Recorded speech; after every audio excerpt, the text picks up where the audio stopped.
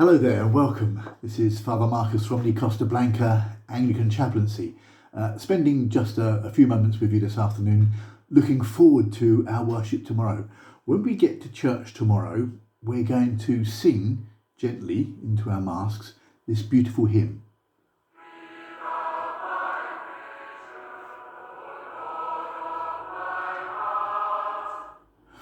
I don't know whether you could hear that. Be thou my vision, O Lord of my heart. It is a stunningly beautiful hymn.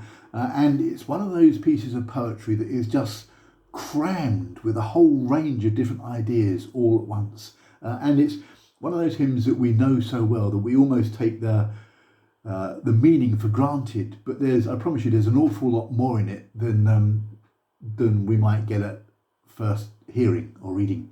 It begins with this idea, be thou my vision. And it's a prayer to God that we see in the way that He sees, and by that I mean that we look out. It's not about inner vision. It's not about looking just inside ourselves, how we're doing. It's looking to see for Christ in others, and that's where we see Christ at work. We see Christ at work in others, and that's what faith is.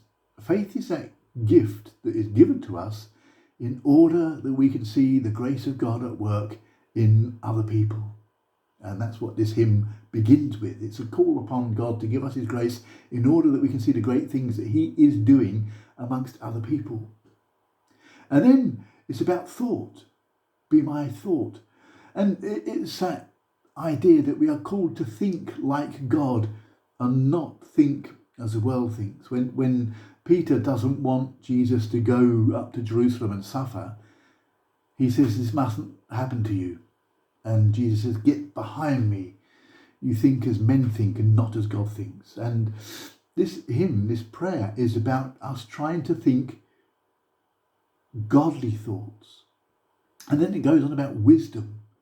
And wisdom is this beautiful idea that our thinking, our perception, our desire is not about self. It's looking beyond self. It's bigger than self. It's not about amassing stuff for us.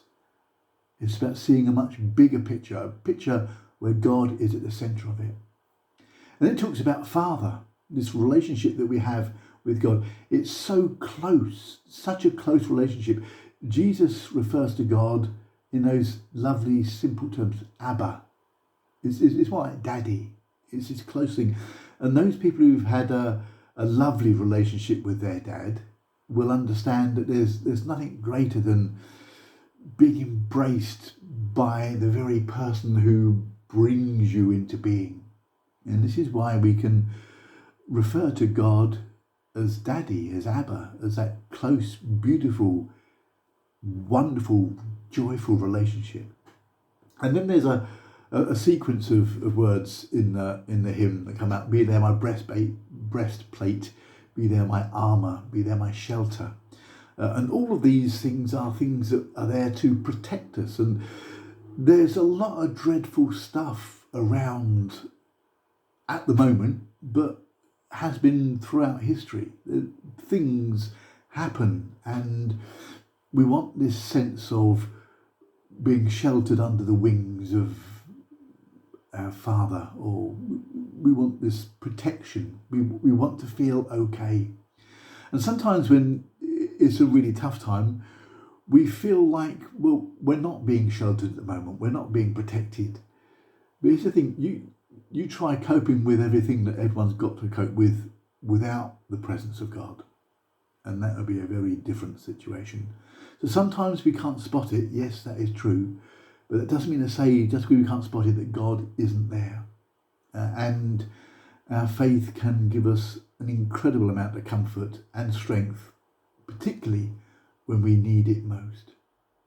And then it talks about, be there my treasure. Wherever our treasure is, that's where our heart will be as well. And this hymn, this prayer, is about trying to put our heart in the very presence of God and to embrace Him and to accept all that He gives to us. And it concludes with this whole idea that we end up being able to experience the heaven's joy is a phrase, the joy of heaven. Constantly the scriptures remind us that the Christian faith is all about joy, and our relationship with God through the person of Jesus Christ is all about discovering and receiving and embracing that joy. And this prayer, as its climax, calls upon us to embrace that heaven's joy. There is nothing better and nothing greater. So tomorrow when we gather in church, we're going to sing that hymn, Be Thou My Vision. And hopefully if any of you get a chance to listen to this before then, you will pick out some of those words and realise that this is just not a nice little tune. It's a prayer that opens up something of a relationship with God. And when we allow the person of Jesus and the power of the Spirit and the presence of God to fill us, then what we're going to encounter is sheer joy. So I, for one, am looking forward to having a go at singing that one gently and quietly behind my mask. But there we are. Bless you, bless you, bless you. And I'll speak to you soon. Bye now.